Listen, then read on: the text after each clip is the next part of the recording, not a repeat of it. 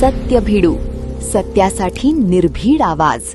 247 मोहोळ राखीव विधानसभा मतदारसंघातील विविध विकास कामांना गती मिळावी, प्रलंबित प्रश्न मार्गी लागावेत आणि आवश्यक विकास निधी उपलब्ध व्हावा यासाठी आमदार राजू ज्ञानू खरे यांनी महाराष्ट्र राज्याचे माजी मुख्यमंत्री तथा विद्यमान उपमुख्यमंत्री माननीय श्री एकनाथ शिंदे यांची भेट घेऊन मतदारसंघातील विविध विकास कामांबाबत सविस्तर चर्चा केली आहे. या भेटीदरम्यान मतदारसंघातील रस्ते, आरोग्य, शिक्षण, विद्युत व्यवस्था तसंच इतर मूलभूत सुविधांशी संबंधित प्रश्न आणि अडचणी उपमुख्यमंत्री एकनाथ शिंदे यांच्या निदर्शनास आणून देण्यात आल्या.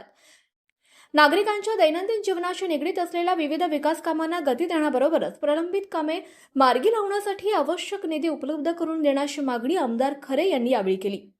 मतदारसंघातील विविध विकास प्रकल्पांसाठी आवश्यक निधी उपलब्ध करून देण्याबाबत संबंधित विभागांना तातडीने सूचना करण्याचे निर्देश उपमुख्यमंत्री एकनाथ शिंदे यांनी दिल्याचं आमदार खरे यांनी म्हटलं. मोहोळ विधानसभा मतदारसंघातील ग्रामीण आणि शहरी भागातील नागरिकांच्या मूलभूत गरजा लक्षात घेऊन विकास कामांना प्राधान्य देण्यात येत असून मतदारसंघातील प्रलंबित प्रश्न शासनाच्या माध्यमातून मार्गी लावण्यासाठी सातत्यानं पाठपुरावा सुरू असल्याचं आमदार राजू खरे यांनी सांगितलंय.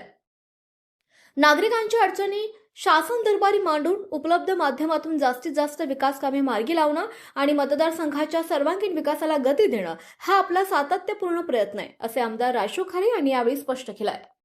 सत्याला साथ द्यायची असेल तर आत्ताच सत्य भिडू चॅनलला सबस्क्राईब करा.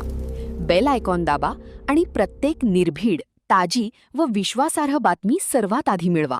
सत्य भिडू, सत्यासाठी निर्भीड आवाज.